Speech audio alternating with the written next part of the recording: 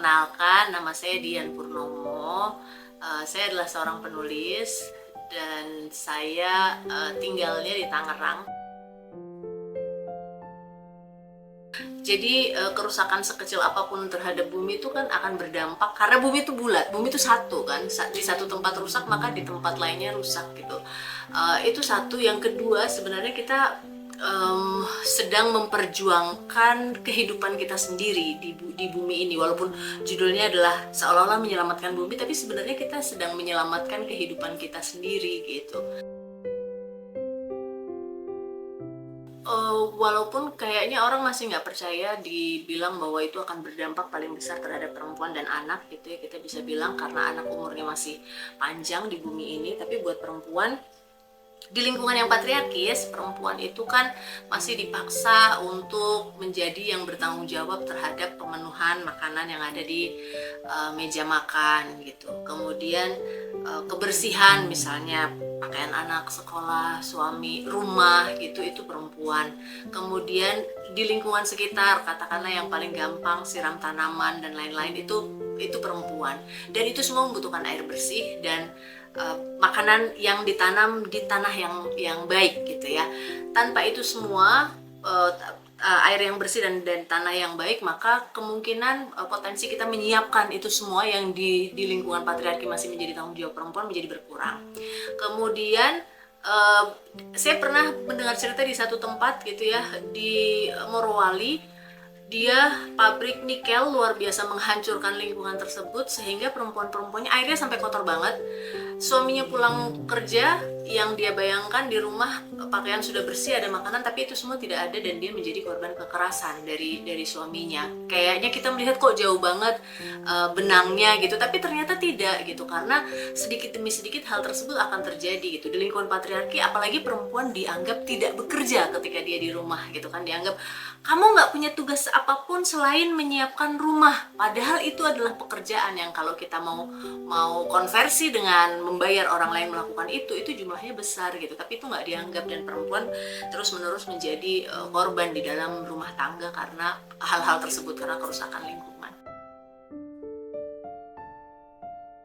10 tahun yang lalu aku percaya bahwa kontribusi individu itu salah satu yang terpenting gitu. Jadi aku ingat waktu awal-awal belajar, mungkin 10-15 tahun yang lalu, belajar tentang krisis iklim. Waktu itu judulnya masih perubahan iklim, belum krisis iklim gitu ya.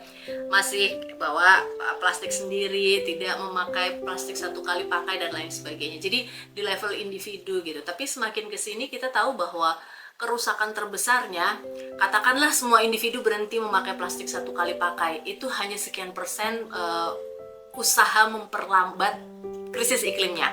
Tetapi kalau seluruh korporasi, yang artinya juga seluruh penguasa-penguasa di semua negara, bukan cuma Indonesia, di semua negara berkomitmen menggunakan energi bersih, menghentikan betul-betul energi kotor dan lain sebagainya. Terus kita berusaha benar-benar memakai segala sesuatu yang ada di lokal semaksimal yang dia bisa. Kalau toh memang harus ada proses transportasi ekspor dan impor seminimal mungkin, tapi itu di level besar, di skala yang lebih besar, itu baru akan mengubah gitu. Di Sangihe, jadi kalau teman-teman tahu, di ujung utara Indonesia, deket banget dia berbatasan dengan Filipina, ada pulau kecil namanya Sangihe. Nah, Sangihe itu hanya 1/10 pulau Bali. Kurang lebih kalau sama Jakarta tuh sedikit lebih besar dari Jakarta. Nah, setengahnya akan diambil untuk ditambang. Konsesinya udah ada, izinnya udah ada, segala macam. Kemudian kita berjuang, teman-teman, namanya Selamatkan Sangihe Ike Kendage, nama komunitasnya, perkumpulan gitu ya, sedang berjuang supaya jangan sampai ditambang gitu. Kita udah jalur hukum udah, aksi di jalan udah, segala macam, hukum tuh kita sebetulnya menang.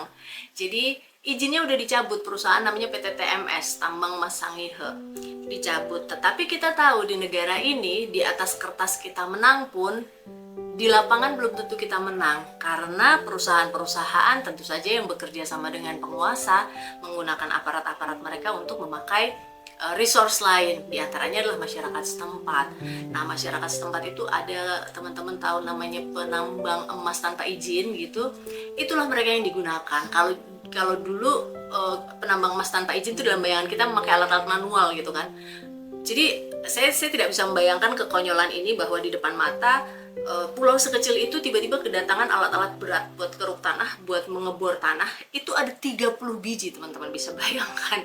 30 biji itu nggak mungkin peti-peti yang hasilnya cuma dari begini-begini bisa menyewa barang sebesar itu. Untuk mendatangkannya aja perlu kapal khusus dan lain-lain. Dan itu nggak mungkin aparat nggak tahu, karena ada aturan yang mengatur bahwa alat berat harus didampingi oleh polisi dan lain sebagainya gitu dalam perjalanan mereka menuju ke tempat lokasi.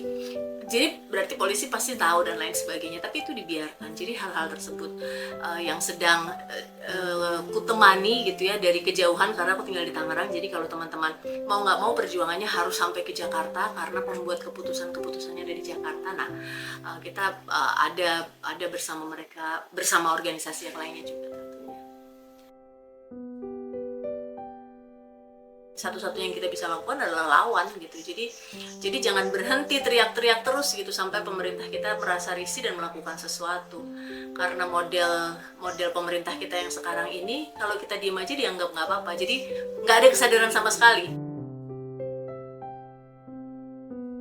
Dan aku akan merasa sangat berdosa sekali gitu ya, sekalipun di dalam kuburku atau di dalam laut, kalau aku dibuang ke laut setelah mati nanti gitu, anak-anakku, cucu-cucuku, generasi berikutnya tuh terpaksa memakai tabung oksigen atau tidur di dalam tablet-tablet karena persediaan oksigen udah nggak ada lagi gitu. Itu kayak di film-film futuristik, itu sesuatu yang mengerikan sekali sebetulnya.